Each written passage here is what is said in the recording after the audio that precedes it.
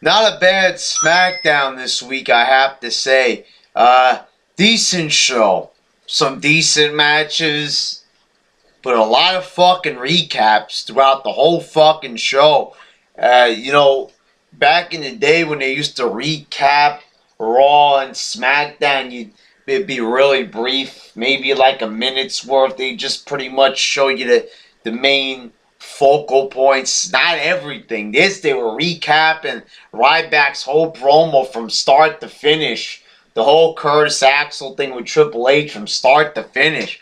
Holy fucking shit. Half the fucking show is like a whole hour of Raw, pretty much. You got pretty much an hour of SmackDown and an hour of Raw. It's like, what the fuck? It should be called Raw Down or Smack Raw, Smack Raw. Yeah, I don't know. They're jerking off to Raw, so it is sort of Smack Raw when you think about it. They start off with Miz TV, and this was pretty fucking boring. It got better when Wade Barrett came out. He made it a little bit better. Believe it or not, I can't believe I'm saying that. Not a big Wade Barrett fan, but, he was the most entertaining part of the segment. The Miz calling Fag Dango Skittles. It just wasn't really activating my funny bone. It was kind of fucking retarded. Calling him Fruity Pebbles. Stealing a line from The Rock, which Fag Dango even acknowledges. It's pretty pointless. Then we got Miz versus Barrett. Fag Dango interferes, causing a DQ. It was a very, very short match, but what was shown was alright, I guess. Barrett then beat up both guys, and that's actually good. It's good to see that Barrett, it's not like he's teaming up with Fag Dango, but rather we could get a triple threat program going here between these three guys for the IC title. I'm not super excited about it, but at least it's something. At least it's something new for the Intercontinental title, and at least, they're making Wade Barrett look a little bit better. He's been looking like a fucking bitch for fucking months. It's about fucking time they did something with him. He gave him a new theme song. Maybe it's a fresh start, but who the fuck knows anymore? Then you got Daniel Bryan defeating Jack Swagger in a fucking awesome match. Not a very long match, but holy shit, what fucking action. How about Daniel Bryan? How fucking aggressive was he in there? He looked like a fucking $1 million, $1 million in there. Super aggressive, just a lot of counters. Jack Swagger also, just both guys look very motivated here. It was like pay-per-view quality pretty much. I'd love to see them go at it again in an even longer match, but very aggressive. Daniel Bryan was ferocious. He made him tap out clean. After the match, he then put the label lock back on him. It was great to see. It looked like Daniel Bryan belonged in the main events for the first time, and God knows how long.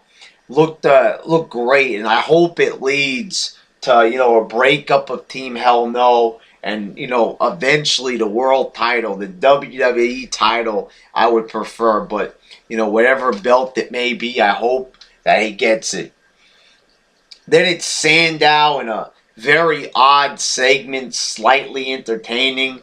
It's something about a famous knot that can't be untied by some farmer. I can't believe I'm actually saying that. He makes Matt Striker try to untie the knot, but he can't. Sheamus comes out. He can't do it. Sandow grabs it away and just cuts the knot.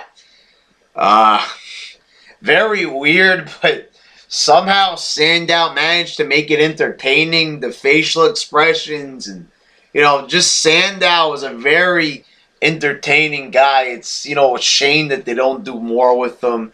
Just, alone, if a guy could just entertain you with his facial expressions, it shows that the guy's got something. And, I don't know, but a segment like this is kind of a waste.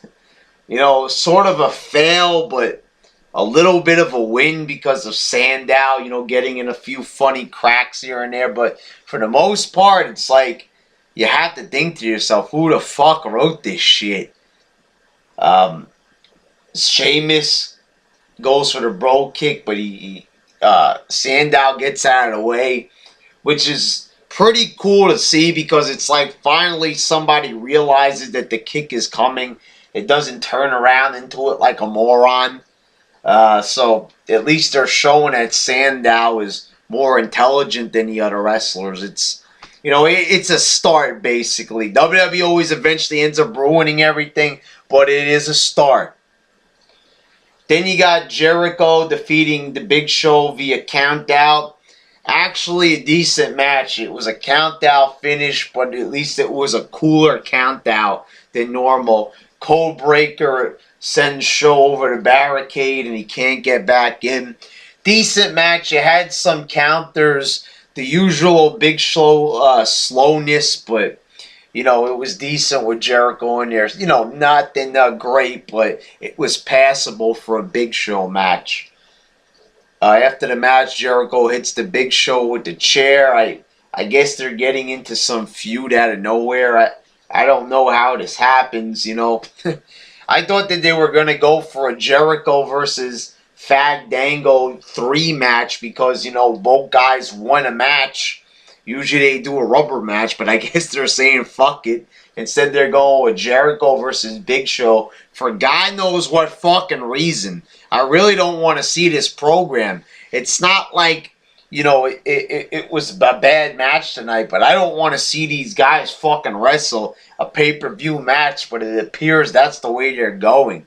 I don't understand. You know, they got a lot of new promising things going on. Why are they giving us an old match like this? A match we saw back in '99.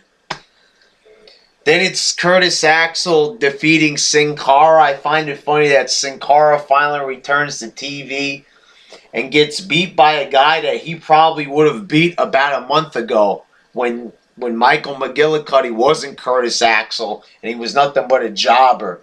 But a decent match, a squash match. But yeah, more not like a squash match, more like just a quick match. Because Sin Cara got in a lot of offense, but, you know, whatever it was decent.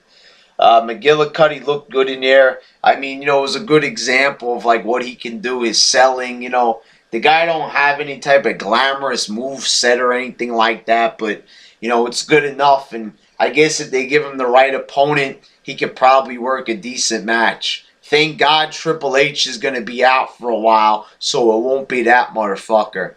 But I don't know who they're going to have him fight at the pay-per-view. It's kind of a mystery. Then you got Kofi Kingston defeating Dean Ambrose by disqualification. You know, it's just basically a bunch of run-ins that leads up to the main event.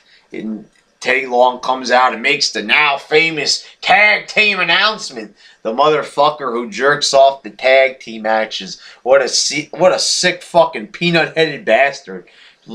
He's there because he loves tag matches. You know, usually I'd say fuck his tag matches because they suck. But this one was pretty decent. The Shield defeats Kofi Kingston, Sheamus, and that fucking motherfucker Randy Orton.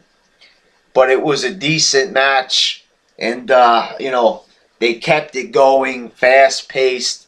You know, good finish. Ambrose getting the pin on Kofi clean. You know, with the finisher. You can't argue with that. So overall, I was entertained. You know, some weird shit. You had a fucking segment about knots, but, you know, even that wasn't that bad because at least you had someone talented at doing promos involved with it. But Sheamus didn't really help it out much. You had some, you know, you had like two pretty good matches. The main event was very enjoyable, and Daniel Bryan versus Jack Swagger was fucking awesome. So I recommend that you watch those matches, if anything. But yeah, you know, no bad matches or anything. Everything was at least passable or, you know, good if you're talking about Daniel Bryan or the Shield matches. So yeah, surprise, SmackDown was way better than Raw, and better than Impact even. So it was a pretty good night of wrestling overall. Too many fucking recaps. If they got rid of all those recaps, it could have went from being a decent, borderline good show to a great show. They could have a great show if they fucking get rid of all those motherfucking recaps. Because they're just fucking clogging up the fucking SmackDown tubes. Alright. I'm surprised that I'm saying good shit about SmackDown, but that's the God's honest truth. Alright.